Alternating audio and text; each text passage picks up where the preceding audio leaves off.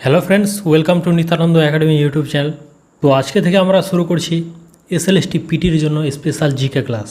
আমরা লুসেন্টের এই GK বইটিকে page 1 থেকে কমপ্লিট করব। আশা করি এই বইটি সম্পর্কে তো বলার দরকার নেই, কারণ জিকের জন্য সবচেয়ে বেস্ট বই হচ্ছে এই লুসেন্ট বইটি। ডাব্লিউবিপি থেকে শুরু করে ডাব্লিউবিসিএস এবং সেন্ট্রালের সমস্ত চাকরির প্রস্তুতির জন্য ছাত্রছাত্রীদের বেস্ট চয়েস হচ্ছে এই লুসেন্ট বইটি।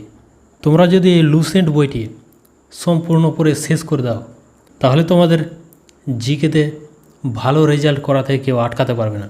কিন্তু সমস্যা হচ্ছে এই বইটি শুধুমাত্র ইংলিশ ভার্সন আর হিন্দি ভার্সনে পাওয়া যায়। তবে চিন্তার কোনো কারণ নেই, আমি তোমাদের জন্য এই বইটি সম্পূর্ণ বাংলায় কমপ্লিট করিয়ে দেব।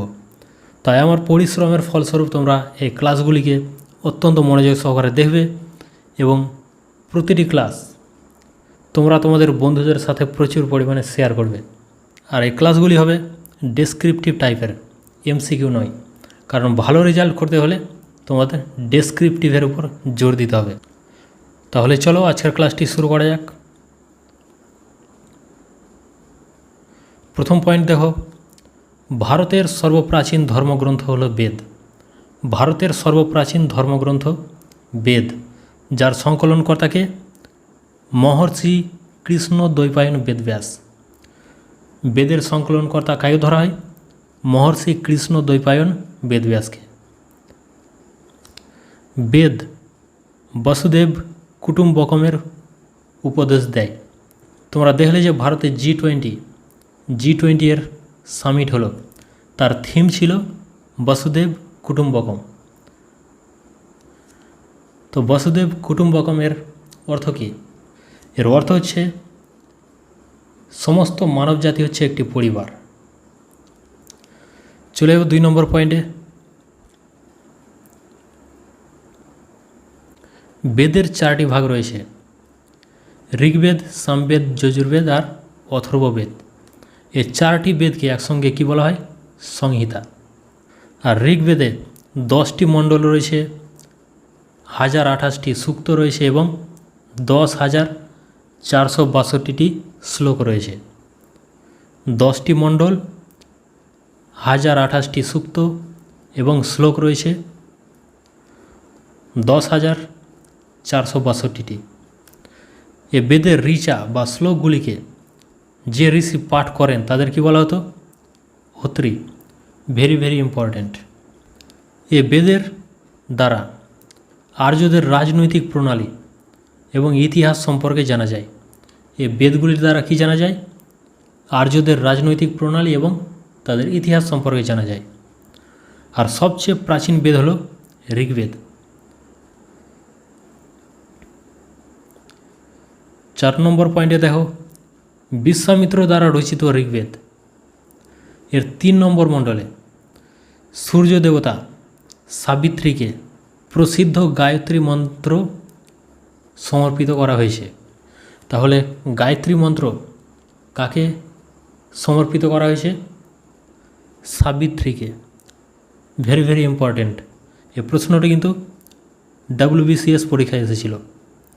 আর 5 নম্বর পয়েন্ট দেখো, ঋগ্বেদের 8 নম্বর মণ্ডলের হস্তলিখিত ঋচাগুলিকে বলা হতো খিল। চলো 6 নম্বর পয়েন্টে, ঋগ্বেদের 10 নম্বর মণ্ডল হলো পুরুষ সূক্ত। Very very important. ঋগ্বেদের কত নম্বর মণ্ডল পুরুষ সূক্ত? 10 নম্বর। যেখানে কি বলা হয়েছে? যেখানে 4টি বর্ণের কথা বলা হয়েছে। সে বর্ণগুলি কি কি? ব্রাহ্মণ, ক্ষত্রিয়, বৈশ্য এবং শূদ্র। মনে করা হচ্ছে যে এই 4টি বর্ণই কিন্তু আদিপুরুষ ব্রহ্মার বিভিন্ন অংশ থেকে সৃষ্টি হয়েছে। ব্রাহ্মণ সৃষ্টি হয়েছে ব্রহ্মার মুখ থেকে, আর ক্ষত্রিয়রা সৃষ্টি হয়েছে ব্রহ্মার হাত থেকে, আর বৈশ্যরা সৃষ্টি হয়েছে চঙ্গা থেকে, জাং বলা হয় যাকে। আর শূদ্ররা সৃষ্টি হয়েছে ব্রহ্মার চরণ থেকে, অর্থাৎ পা থেকে সৃষ্টি হয়েছে। চলো এবার 7 নম্বর পয়েন্ট দেখো, ইন্দ্রের জন্য 250টি এবং অগ্নির জন্য 200টি স্তোত্র রচনা করা হয়েছে। ইন্দ্রের জন্য কয়টি? 250টি, আর অগ্নির জন্য 200টি স্তোত্র রচনা করা হয়েছে। ঋগ্বেদে ইন্দ্রকে পুরন্দর বলা হয়। ঋগ্বেদে ইন্দ্রকে কী বলা হয়? পুরন্দর বা দুর্গ ধ্বংসকারী বলা হয়েছে, যিনি হচ্ছেন কি বৃষ্টি এবং বজ্রের দেবতা। চলো 8 নম্বর পয়েন্টে, যজুর্বেদে যজ্ঞের নিয়ম ও বিধিবিধানের সংকলন পাওয়া যায়। তাহলে যজ্ঞের নিয়ম এবং বিধিবিধানের সংকলন কোন বেদে পাওয়া যায়? যজুর্বেদে। আর সাম কথার অর্থ হচ্ছে গান। সাম কথার অর্থ কি? গান।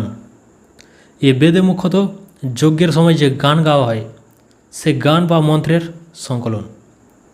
এ সামবেদের পাঠকর্তাকে কী বলা হয়? ঔদ্রাত্রী।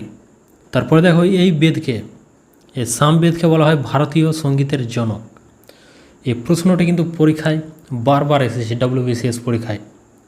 শুধু WBCS নয়, বিভিন্ন পরীক্ষায় বারবার এসেছে যে ভারতীয় সঙ্গীতের জনক কোন বেদকে বলা হয়?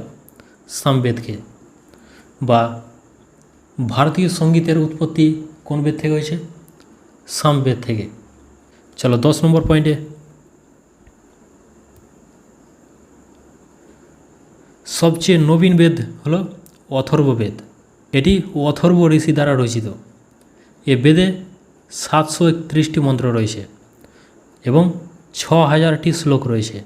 আর অথর্ব বেদে কন্যা সন্তানের জন্মকে নিন্দা করা হয়েছে।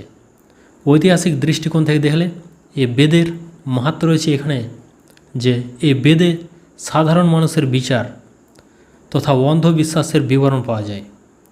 আর অথর্ব বেদে পরীক্ষিতকে কুরুদের রাজা বলা হয়। এটিও কিন্তু পরীক্ষায় বারবার এসেছে যে কোন বেদে পরীক্ষিতকে কুরুদের রাজা বলা হয়েছে। তো পরীক্ষিতকে কুরুদের রাজা বলা হয়েছে অথর্ব বেদে।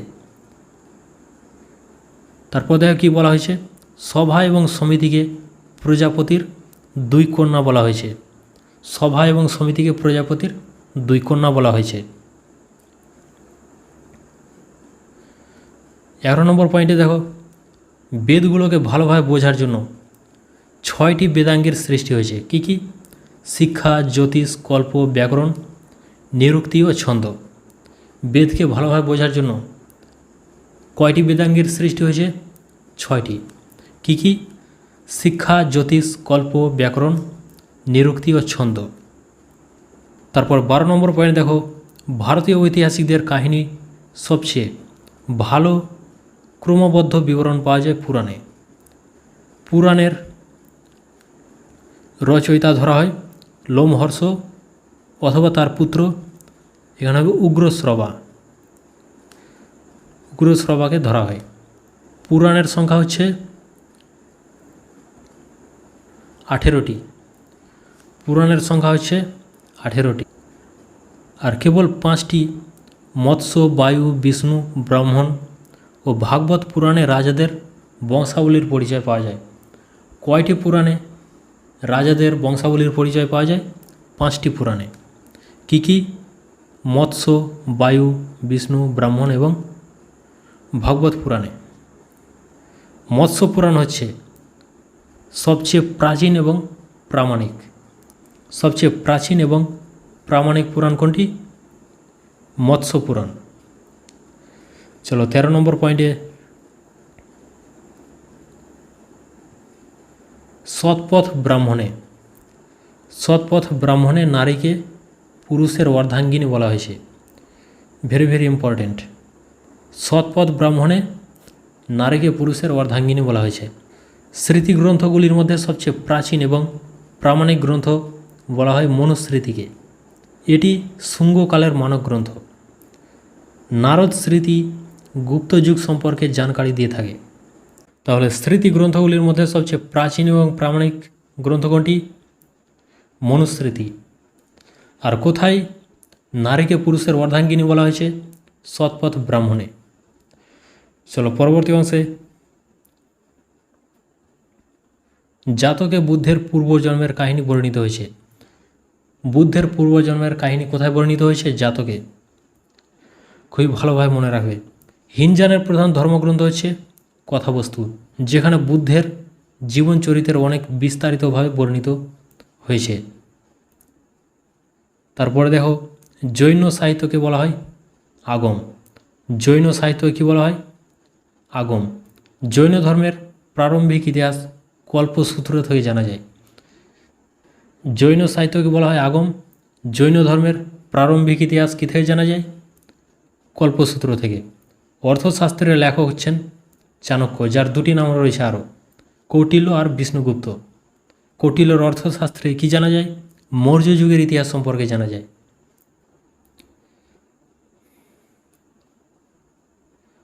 সংস্কৃত সাহিত্যে ঐতিহাসিক ঘটনাকে ক্রমবদ্ধভাবে লেখার সর্বপ্রথম চেষ্টা কে করেছিলেন? কলহন। কলহনের রচিত বইয়ের নাম কি? রাজতরঙ্গিনী, যার সম্বন্ধ রয়েছে কাশ্মীরের ইতিহাসের সাথে। আরবদের সিন্ধু বিজয়ের কাহিনী রয়েছে চাচনামা গ্রন্থে। আরবদের সিন্ধু বিজয়ের কাহিনী রয়েছে চাচনামা গ্রন্থে। লেখককে? লেখক হচ্ছে আলী আহমেদ। 20 নম্বর পয়েন্ট, অষ্টাধ্যায়ী।